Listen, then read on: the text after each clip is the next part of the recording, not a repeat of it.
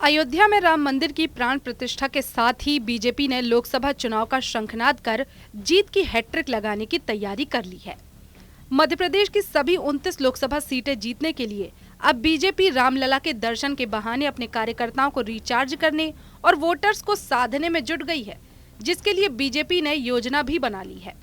अब इस योजना के तहत बीजेपी ने आयोजन समिति का गठन किया है, जिसकी जिम्मेदारी बीजेपी के वरिष्ठ कार्यकर्ताओं को दी गई है। ये समिति लोकसभा चुनाव से पहले इंदौर के 6000 से ज्यादा कार्यकर्ताओं और वार्ड वासियों को अयोध्या की यात्रा कराएगी। रामलला के दर्शन के लिए आयोजन समिति ने स्पेशल ट्रेन से लोगों की यात्रा की तैयारी कर ली है।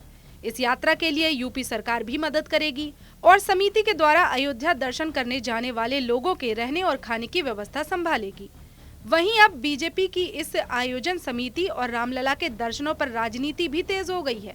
कांग्रेस ने बीजेपी पर लोकसभा चुनाव में राम मंदिर को भुनाने का आरोप लगाया है, जबकि भाजपा इसे सिर्फ एक धार्मिक यात्रा का नाम दे रही है।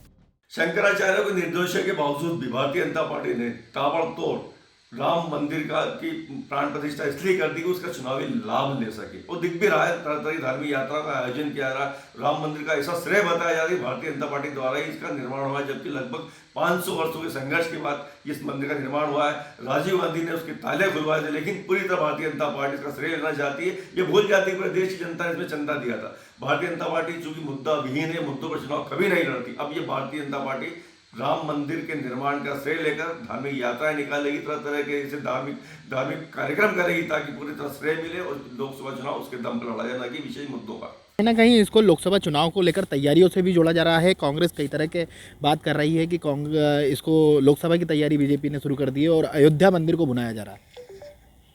राम मंदिर दर्शन करना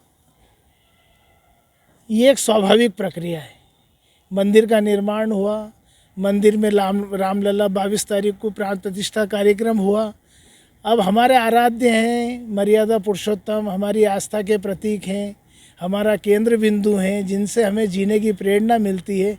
अगर उनके दर्शन करने के लिए लोगों को ले जाना, अगर लोग इस व्यवस्था को राजनीतिक दृष्टि से देखते हैं तो ये उनका सोच है, ये हमारा दृष्टिकोण नहीं। हमारी तो एक स्वाभाविक प्रक्रिया है कि तीर्थ यात्राओं का हमारा देश है।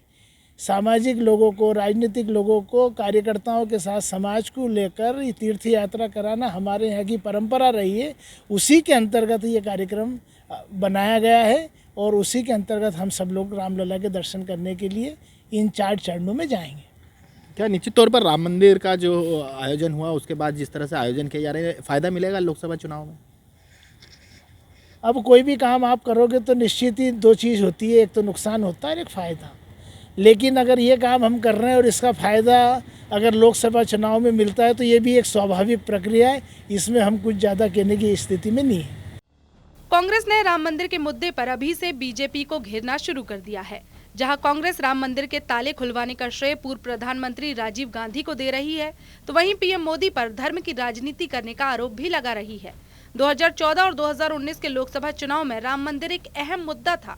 वहीं अब लोकसभा चुनाव से ठीक पहले राम मंदिर की प्राण प्रतिष्ठा कर बीजेपी ने इसे अपनी सबसे बड़ी उपलब्धि साबित कर दिया है। अब देखना होगा 2024 के लोकसभा चुनाव में बीजेपी की इस उपलब्धि का उसे कितना फायदा मिलता है।